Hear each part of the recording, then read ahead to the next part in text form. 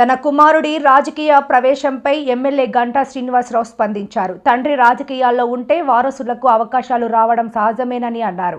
అయితే రాజకీయాల్లో ఎదగడం వ్యక్తిగత సామర్థ్యంపై ఆధారపడి ఉంటుందన్నారు. వచ్చే ఎన్నికల్లో ఎంపీగా పోటీ చేసే అంశంపై ఇప్పుడే చెప్పలేము అని తెలిపారు.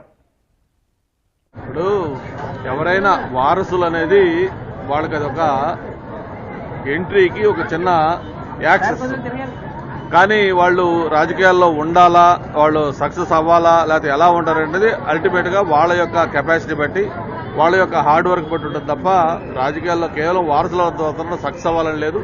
ఎందుకంటే వాళ్ళకి ఒక ఈజీ పలాని గంటా శ్రీనివాస్ గారు అబ్బాయి, లేకపోతే పలాని ఎక్స్ వాళ్ళ అబ్బాయి, పలాని ఎక్స్ వాళ్ళ అమ్మాయి అని ఒక ఎంట్రన్స్ కి ఒక ఈజీ యాక్సెస్ వస్తుంది. అంతేగాని అల్టిమేట్ గా వాళ్ళు ప్రూవ్ చేసుకోవాల్సింది వాళ్ళు ఓన్ గా వాళ్ళు ప్రూవ్ చేసుకోవాలి. వాళ్ళకి ఆ స్టామినా ఉండాలి, ఆ శక్తి ఉండాలి, ఆ హార్డ్ వర్క్ చేయాలి.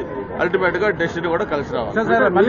మళ్ళీ మీరు ఎంపీగా పోటీ చేస్తారని వార్త వస్తుంది, ఎంతవరకు అటువంటి కాదు. నిన్న ఏదైతే మనతో అందరం కలిసి ఒక ప్రెస్ మీట్ పెట్టినప్పుడు ఎవరో మీలాంటి ఒక విలేకరు అడిగారు, ఎందుకు మీరు ఎమ్మెల్యేగా ఏమైనా వస్తారా అని చెప్పి భరత్ని అడిగితే అది చెప్పానప్పుడు ఆయన ఎమ్మెల్యేగా రావడం నాకు కుదరదు, నేను అవసరమైతే రాజకీయాలు మానేస్తాను తప్ప ఎంపీకి చేయనని చెప్పాడు. ఆ విషయంలో ఒకవేళ ఏదైనా ఈక్వేషన్ ప్రకారం మళ్ళీ ఆయన ఎమ్మెల్యేగా రావాల్సి వస్తే అప్పుడు నేను ఎంపీకి వెళ్తాను సిద్ధంగా ఉన్నా అని చెప్పాం. అంతే తప్ప ఎవరు ఏమి కూడా అటువంటి మార్పులు ఆలోచనలు లేవు. మాకంతా ఒక పార్టీ ఉంది, దానికి ఒక నాయకుడు ఉన్నాడు, నాయకుడు డిసైడ్ చేస్తారు. ఆయన డిసైడ్ చేసిన దాని ప్రకారం అందరూ నడుచుకుంటాం. సార్, రవితేజ ఇంట్రెస్ట్ చూపిస్తే మీరు ఎంకరేజ్ చేసే అవకాశం డెఫినెట్ గా. రవితేజ కాదు, ఎవరైనా పాలిటిక్స్ లోకి వస్తామని ఇంట్రెస్ట్ చూపిస్తే మా వంతు దీనికి సపోర్ట్ గ్యారెంటీగా ఉంటుంది, ఎంకరేజ్ చేస్తాం. సార్, ఇంకోటి ప్రతిపక్షాలు విమర్శలు చేయాల్సుకున్నాయి, ప్రజా సమస్యల కోసం అసెంబ్లీకి రావట్లేదు. జగన్కి ఏమైనా మీరు సలహా ఇస్తారు నూతన సంవత్సరంలోని? కాదు, ఈ నూతన సంవత్సరం దేవుడి సన్నిధిలో ఉన్న రాజకీయాలు వదులుకున్నాం కదా, మళ్ళీ మాట్లాడదాం. అందరికీ నూతన సంవత్సర శుభాకాంక్షలు. విషయ happy and prosperous new year. 2025 ప్రత్యేకించి ఆంధ్రప్రదేశ్ రాష్ట్రంలో ఏదైతే గౌరవ ముఖ్యమంత్రి గారు కోరుకుంటా ఉన్నారో ఈ రాష్ట్రాన్ని స్వర్ణాంధ్రప్రదేశ్గా చేయాలి, ముఖ్యంగా పారిశ్రామికంగా అభివృద్ధి పనులు నడిపించాలని చెప్పని కళ్ళగంటూ దానికి తగిన ప్రయత్నాలు చేయటం, పార్ట్నర్షిప్ సమ్మిట్ లాంటి ఒక ఇంపార్టెంట్ ఈవెంట్స్ వైజాగ్లో చేసుకోవటం. అంతేకాదు ఈరోజు ప్రపంచంలోనే ఒక ఐటీ దిగ్గజం కంపెనీగా ఉన్న గూగుల్ లాంటి కంపెనీ విశాఖపట్నం నగరానికి వాళ్ళ ఎస్టాబ్లిష్మెంట్ చేయడానికి అంగీకరించి అనౌన్స్ చేయటం, అది కూడా ఈ సంవత్సరం మార్చిలో ఫౌండేషన్ జరుగుతూ ఉంది.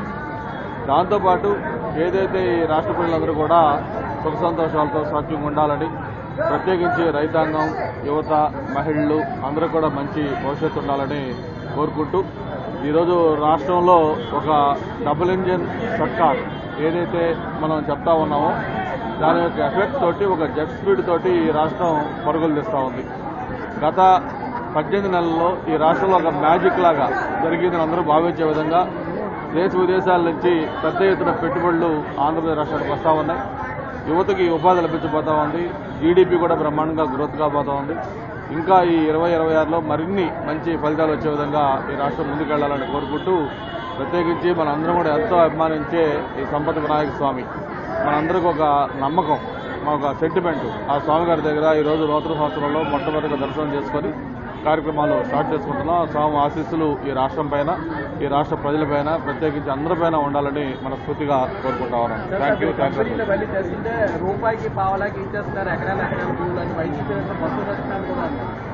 సరే, దానికి ఇప్పుడు నూతన సంవత్సరం దేవుడి సన్నిధిలో ఉన్నాం. ఇప్పుడు రాజకీయ విమర్శలు కౌంటర్ల కంటే కూడా అందరికీ బెస్ట్ విషెస్. సపరేట్ గా వారికి సంబంధించిన వాళ్ళ ఆలోచనలు ఏంటి, వాళ్ళు ఏ విధంగా రాష్ట్రాన్ని చేశారో అవన్నీ మనం వేరుగా మాట్లాడుకుంటే బాగుంటుంది. Okay sir, thank you.